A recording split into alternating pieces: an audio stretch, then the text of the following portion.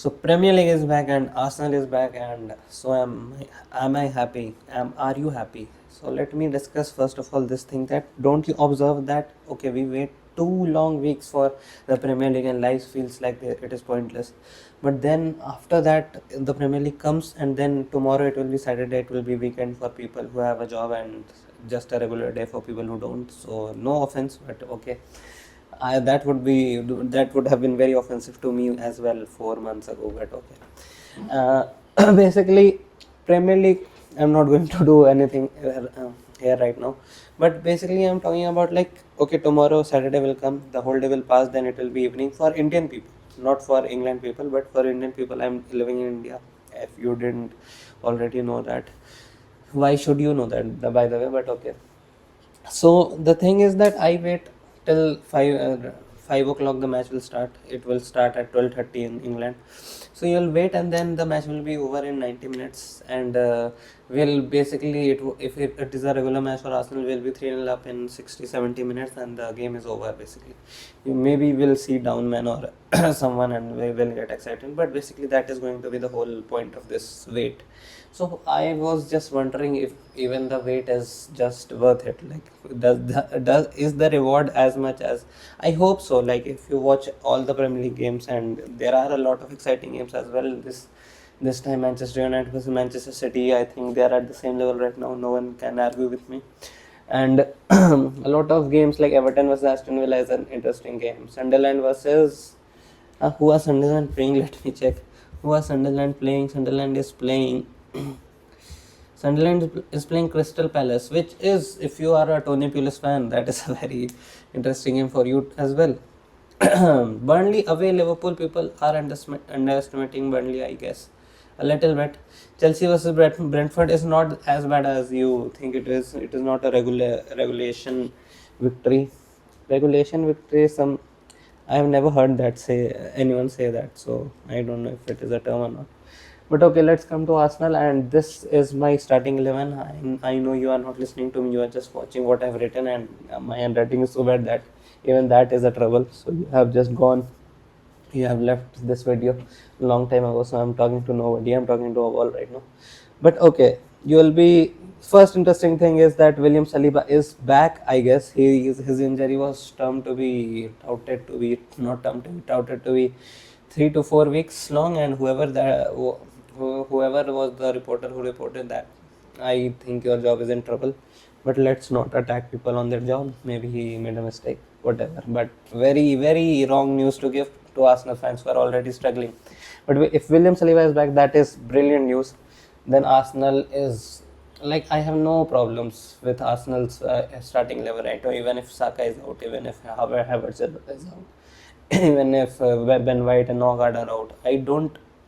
Not saying I don't care, but so we have enough depth right now. So let's see. Here, the interesting thing is here. Zubimendi is higher up when he is termed as the 6, and Rice is behind him, even though he is termed as the 8 of the team. Now, the problem I find with Arsenal always is this position, this player. When he arrives against low blocks in these areas, his link up play with these players is not good enough. He cannot find a pass in tight spaces. You saw in the England game also, like near touchline, he a little bit of pressure, and Madueke made a run, and Declan Rice passed at the wrong time, and it was a throw in. So things like that, subtle things like that, where if Madueke comes, Eze comes here, and Rice is here, they cannot do a 1-2. If he gives the ball to Eze gives him back, then he turns back, and then he gives like this. You will rarely see those combination plays happening, because Rice is a proper defensive midfielder. He's a proper center back type of player. He has the speed, he has the tackling. He might be the best tackler in the world. Who knows? But he has all these things. But Rice does not have this intricate ability of passing and combining with. The most important thing is combining with people around you. Eze and Odegaard he needs to combine with. I'm not even saying Gyökeres. Give the ball to Odegaard when consider there are two players here close to Odegaard. Can Rice find him still? I watch Barcelona games, I see Pedri, and I'm like, oh my god, what is this midfield? Like, And but England people like Rice a lot. They like his tenacity, etc., etc. I love Zoe and you like after hearing all this, you will know what players I like. So basically, short players with technical ability, low center of gravity. So obviously, I am a big Messi fan. I am not, but Zubimendi is like I thought when Thomas Partey goes, will struggle because I really thought he used to control our midfield. But obviously now Zubimendi has come. He has the ability to cut counter attacks and sense danger. But the thing with Zubimendi is that when you are attacking him, he does not have the legs. I think I have ran out of ink or something. But he does not have the legs to cover back, and that is why Rice has to play this position more, even at number 8. And basically, we are again with double pivot. We are playing with a double pivot, where Zubimendi seems to be going a little more forward than Declan Rice right now, and with good reason because he can pass, he can combine with Odegaard and Madueke. Well, you will see that if two players are closing in, he can find Odegaard, and then Odegaard can turn, and then we have options, and then we can attack well, then we can break low blocks. So that is the whole solution as Arteta has found out. But what if Arteta plays a 11 with Zubimendi here, Odegaard here, Eze here, Martinelli or Madueke when Saka comes, and that is the team against a low block team. Like if Rice goes and Zubimendi is the number 6, when you know that most of the position will be with you, even if you concede one goal. What? It does not take much for you to concede one goal and score three. You have the ability, you have the attack now, you have these players who will give you the security. You basically want security when you have a double pivot. You want assurance that we are good against counter attacks. You have the best defense in the world. You have the best defense in the world. So be a little brave and play out from the back. Of course, we are brave like we play out of the back, and we make formations. We are very calm under the ball, and we try to play from these areas. We are increasingly trying to play in these areas. We are trying, but the fact is that the profile of player we have here is a break of link. Like here, if you try to form a triangle, it is not forming because one player here is not technically good enough to form that in tight situations. And you might call me a Declan Rice hater, but that is what I'm seeing. I'm not here to support a certain player for his attributes. I'm here to watch how the team performs and how the team collectively is doing. Like what patterns of play are we playing? How confident are we? How many situations can we deal with? If Rice goes, of course, we are defensively very fragile. Calafiori is running, and imagine if Zubimendi has to cover a player, a good right winger. Mohamed Salah is coming here, then you are in deep trouble.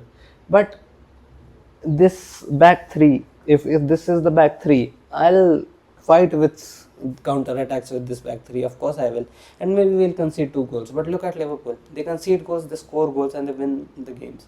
The one reason they win most of their games, and it is not just luck, it was not luck against Arsenal, it was top quality players on the field, on the ball. And ultimately both were not that good. Arsenal were good enough, they were passing well, they were trying to make combinations, but when it comes to the midfield, they are not able to find Eze and Madueke in the right areas. They are not able to give them the ball like in dangerous areas. They will more likely, the most likely pass you will see from Declan Rice is when he is hugging the touchline. That is not dangerous. You need Eze coming in and in more central zones and Declan Rice passing to him, then it would be more dangerous. And I don't think Declan Rice has the ability to consistently do that for 90 minutes. So that is my point, and I know this is very messy, but whatever, if you watch the whole video, you'll understand. And yeah, basically, Ange Postecoglou is Nottingham Forest new manager, and I have no idea what they are going to do from defensive to attack in 1 week. It won't happen, and it is a recipe for disaster. They are not in a good place, and that is why I make both teams team, and then I analyze which player can threaten, which player can do that. Morgan Gibbs White will do this. They're defensive good. They are physically dominant. This and that, but not right now. I am not really. I'm not threatened by them, if I may say that. And some people might call that arrogant, but I think yeah, Arsenal is going to win this pretty easy. Maybe a 4-1. I'll be very surprised if we don't score three or more goals, and hopefully a goal for Eze and hopefully a hat trick for Gyökeres. Gyökeres needs goals, and if he scores against these teams, I'll be very happy. I don't need anything. Odegaard assists. Madueke also can contribute. Madueke, like, I don't mind Madueke, but I want to see him cut in and I want to see him cut in and make this shot.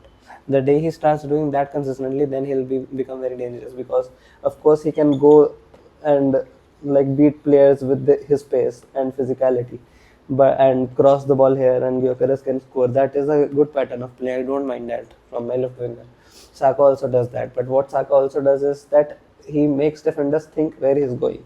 If defenders know that you're going this way, then you'll become Martinelli because that is what happened with him. No sort of no puzzle to solve.